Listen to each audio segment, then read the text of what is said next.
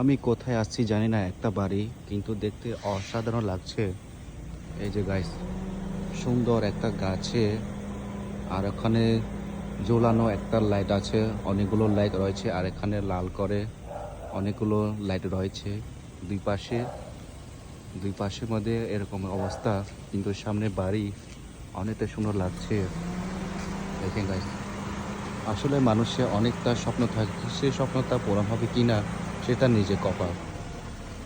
আর এখানে পাশাপাশি এখানে গাছটা অসাধারণ লাগছে গাইস।